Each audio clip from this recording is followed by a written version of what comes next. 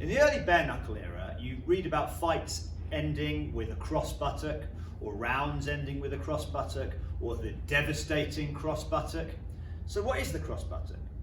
Well, the cross buttock's a throw which has come from wrestling, traditional English wrestling, into pugilism. Now, the thing about the cross buttock is it's easy to counter, but it's also very hard to be, when you get thrown, it's a very hard fall.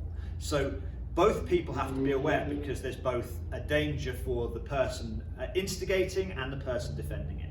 So let's have a look at this terrible cross buttock. So we're fighting, and I need to get my arm around Ryan's neck here and turn my back to him at the same time. So I'm going to come in and around. So I'll show you from here. I've got him with this neck, and I'm controlling this wrist. This is very important. So let's just get into it through the throw, show you the throw. So I come in, turn, and throw it. Now if I'm in a fight situation in the ring, especially in the old days, I'd want to either try and spike him on his head, or throw him very hard on his back, or alternatively throw and land on top of him at the same time, which is what a lot of people did. Now, things to bear in mind. I come in here and I have him. I have to work quickly here. First thing I need to do is keep this hand straight and far away. I don't want him to lock his hands up, because he'll start being able to get a suplex. So if I'm loose with this, he's going to be able to put his hands together, and then he'll be able to literally suplex me over. Boom. And I'm in trouble, and I'm done. Okay? So I have to lock that hand. I have to keep this hand here.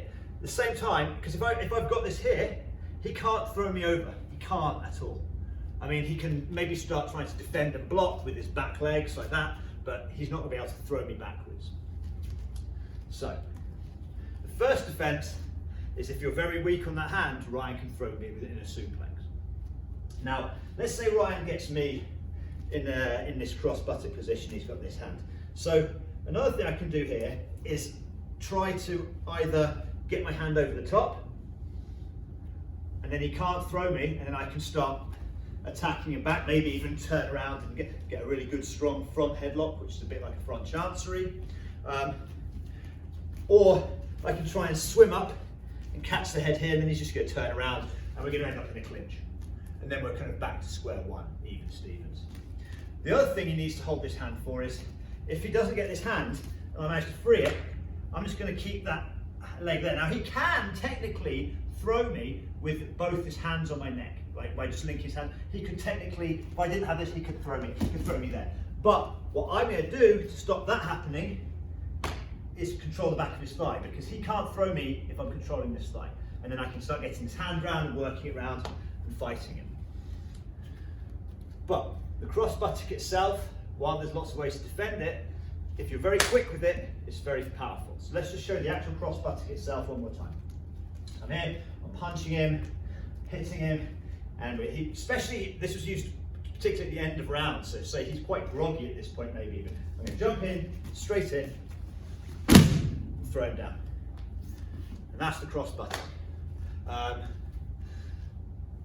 Very powerful throw, easy to counter, but at the same time, it can be a very dangerous technique if you throw them down on the ground. You just have to watch out for the suplex, and you have to control that hand. That's it. If you like the content of the channel and you want to support me a bit more, you consider getting a t-shirt from the link below. But otherwise, stay tuned and keep watching.